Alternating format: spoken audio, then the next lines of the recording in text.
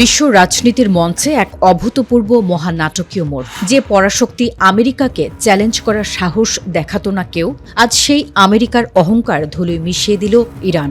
তেহরানের পক্ষ থেকে এসেছে সেই চূড়ান্ত এবং শেষ আল্টিমেটাম, যা হোয়াইট হাউস থেকে শুরু করে পেন্টাগনের নীতি নির্ধারকদের রাতের ঘুম কেড়ে নিয়েছে।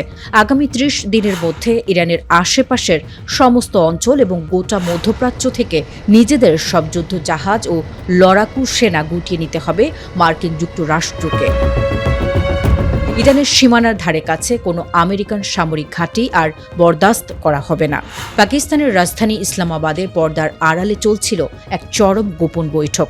কাতার, সৌদি আরব এবং তুরস্কের মধ্যস্থতায় অবশেষে ইরান ও আমেরিকার মধ্যে এক ঐতিহাসিক সমঝোতা স্মারক চূড়ান্ত হয়েছে। পাকিস্তানের প্রধানমন্ত্রী শেহবাজ শরীফ অত্যন্ত নাটকীয়ভাবে এই চুক্তির কথা বিশ্ববাসীকে জানিয়েছেন। আগামী ১৯ জুন সুইজারল্যান্ডের মাটিতে এই চুক্তিতে আনুষ্ঠানিকভাবে সিলমোহর পড়তে যাচ্ছে। আর এই চুক্তির সবচেয়ে ভয়ানক ধারাটি এখন মার্কিন সামরিক বাহিনীর বুকে তীরের মতো বেঁধেছে। চুক্তির ৪ নম্বর অনুচ্ছেদ অনুযায়ী চূড়ান্ত স্বাক্ষরের ঠিক ৩০ দিনের মাথায় ইরানের চারপাশ থেকে সমস্ত মার্কিন কমব্যাট ফোর্স বা লড়াকু সেনা সরিয়ে নিতে বাধ্য থাকবে ওয়াশিংটন। শুধু তাই নয়, আগামী ৬০ দিন পর্যন্ত এই অঞ্চলে নতুন করে কোনো অতিরিক্ত মার্কিন সেনা বা যুদ্ধ সরঞ্জাম মোতায়েন করা যাবে না। ইরানও এই সময়ে তাদের পরমাণু কর্মসূচিতে নতুন কোনো পদক্ষেপ নেবে না। ইরানের উপপররাষ্ট্রমন্ত্রী কাজেম ঘারিবাবাদি অত্যন্ত কড়া ভাষায় স্পষ্ট করে দিয়েছেন, তেহরান তাদের প্রতিটি দাবি এই চুক্তিতে যুক্ত করতে সক্ষম হয়েছে। আমেরিকার দীর্ঘদিনের অন্যায় নৌ অবরোধ সম্পূর্ণ তুলে নেওয়া হচ্ছে। হরমুজ প্রণালীর নিয়ন্ত্রণ এখন সম্পূর্ণভাবে ইরানের একক কর্তৃত্বে চলে যাচ্ছে। সেই সাথে লেবাননের সার্বভৌমত্ব নিশ্চিত করার গ্যারান্টি দিতে বাধ্য হয়েছে ওয়াশিংটন। ইরানের সুপ্রিম ন্যাশনাল সিকিউরিটি কাউন্সিল সাফ জানিয়ে দিয়েছে, আমেরিকা যদি তাদের প্রতিটি প্রতিশ্রুতি অক্ষরে অক্ষরে পালন না করে, তবে আগামী দিনে কোনো আলোচনা তো দূরের কথা, মধ্যপ্রাচ্যের পরিস্থিতি আমেরিকার জন্য আরও ভয়াবহ রূপ নেবে।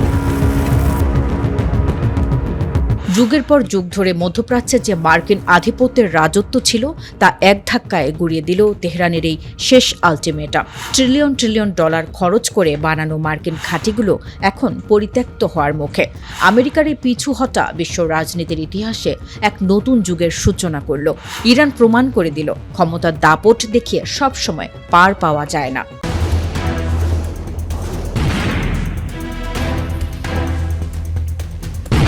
ওয়াশিংটন এবং তেহরানের মধ্যকার সেই ঐতিহাসিক সমঝোতা, যা বদলে দিয়েছে মধ্যপ্রাচ্যের চেনা ভূ রাজনীতি।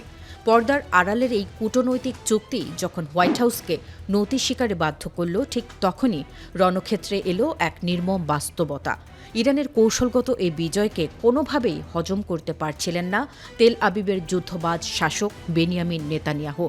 নিজের রাজনৈতিক অস্তিত্ব টিকিয়ে রাখতে আর সামরিক ব্যর্থতার গ্লানি ঢাকতে যুদ্ধবিরতির অন্তর্বর্তীকালীন সময়েই তিনি এক আত্মঘাতী সিদ্ধান্ত নিলেন। লক্ষ্য ছিল একটাই, যে কোনো মূল্যে হিজবুল্লাহর প্রতিরোধ দুর্গ গুঁড়িয়ে দেওয়া। কিন্তু হিসাবের খাতায় মস্ত বড় ভুল করে বসেছিল আইডিএফ। দক্ষিণ লেবাননের মাটিতে পা রাখতেই জায়নবাদী বাহিনীর ওপর নেমে এলো চরম বিপর্যয়। মাত্র ৩ দিনের গুপ্তচোরা হামলা আর ঝাঁকে ঝাঁকে রকেটের আঘাতে নিথর হয়ে গেল অন্তত ৩০ জন ইসরায়েলি সেনা ও শীর্ষ কর্মকর্তা। এখানেই শেষ নয়, হিজবুল্লাহ নিখুঁত নিশানায় গুরুতর জখম হয়ে হাসপাতালের শয্যায় কাতরাচ্ছেন ১৩৪৭ জনেরও বেশি সৈনিক। আর গত ৭২ ঘণ্টায় চিরতরে পঙ্গুত্ব বরণ করেছেন আরও ৪৫ জন। অত্যাধুনিক অস্ত্রে সজ্জিত একটি বাহিনীর এই আকাশচুম্বী ক্ষয়ক্ষতি এখন খোদ তেল আবিবের নীতি নির্ধারকদের রাতের ঘুম কেড়ে নিয়েছে।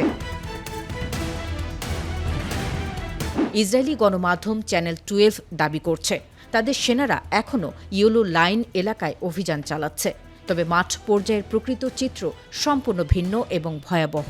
লেবাননের নিরাপত্তা সূত্র নিশ্চিত করেছে, কৌশলগতভাবে অত্যন্ত গুরুত্বপূর্ণ আলী আল তাহের পাহাড়ের দিকে যখন ইসরায়েলি সামরিক বহর এগোচ্ছিল, ঠিক তখনই তাদের উপর কালবৈশাখী ঝড়ের মতো আছড়ে পড়ে হিজবুল্লাহর প্রতিরোধ।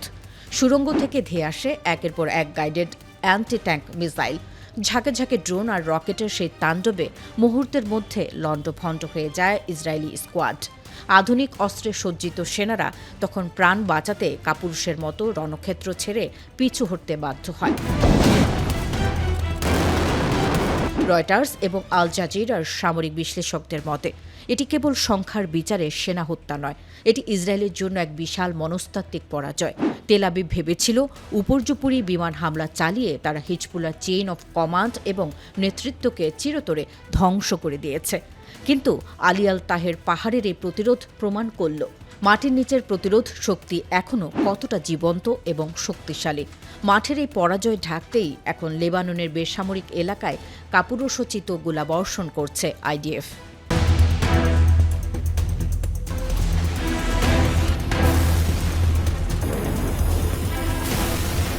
ক্যালিফোর্নিয়ার এডওয়ার্ডস এয়ারফোর্স বেস থেকে আর 10টা দিনের মতোই ডানা মেলেছিল মার্কিন বিমান বাহিনীর আইকনিক বোমারু বিমান B-52। কিন্তু রুটিন টেস্ট ফ্লাইটের এই যাত্রা যে এতটা ভয়াবহ ট্র্যাজেডিতে রূপ নেবে তা হয়তো ভাবেনি কেউ।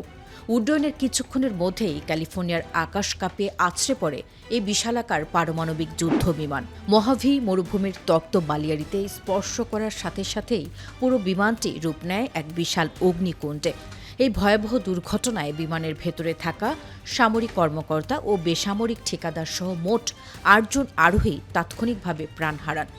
সামরিক কমান্ডোদের দেওয়া তথ্য অনুযায়ী বিমানটি অত্যন্ত কম উচ্চতায় থাকায় এবং দুর্ঘটনার গতি তীব্র হওয়ায় আরোহীদের বাঁচার ন্যূনতম কোনো সুযোগ ছিল না। বিংশ শতাব্দীতে এই ধরনের মারাত্মক বিমান দুর্ঘটনা নিয়মিত ঘটনা হলেও একবিংশ শতাব্দীর আধুনিক যুগে B-52 ক্র্যাশ করার ঘটনা অত্যন্ত বিরল। 1955 সালে মার্কিন বিমান বাহিনীতে যুক্ত হওয়ার পর থেকে এই 7 দশক ধরে বিমানটি আমেরিকার সামরিক শক্তির সবচেয়ে বড় প্রতীক হিসেবে বিবেচিত হয়ে আসছে।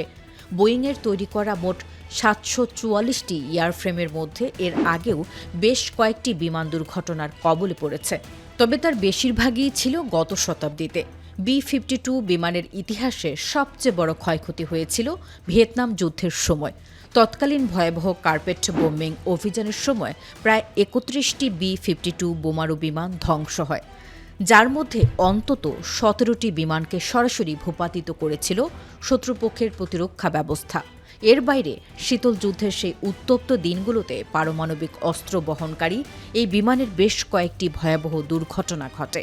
স্পেনের আকাশ এবং গ্রিনল্যান্ডের বরফে B-52 ক্র্যাশ করে তেজস্ক্রিয় পদার্থ ছড়িয়ে পড়ার পর পেন্টাগন 24 ঘণ্টা পারমাণবিক অস্ত্র নিয়ে আকাশে ওড়ার স্থায়ী সতর্কতা ব্যবস্থা চিরতরে বন্ধ করতে বাধ্য হয়েছিল। ক্যালিফোর্নিয়ার এই সাম্প্রতিক দুর্ঘটনাটি এমন এক সময়ে ঘটল যখন মার্কিন সামরিক বাহিনী এই 70 বছরের পুরনো বিমানটিকে সম্পূর্ণ নতুন একটি ডিজিটাল রাডার সিস্টেমের মাধ্যমে আধুনিকীকরণের চেষ্টা করছিল।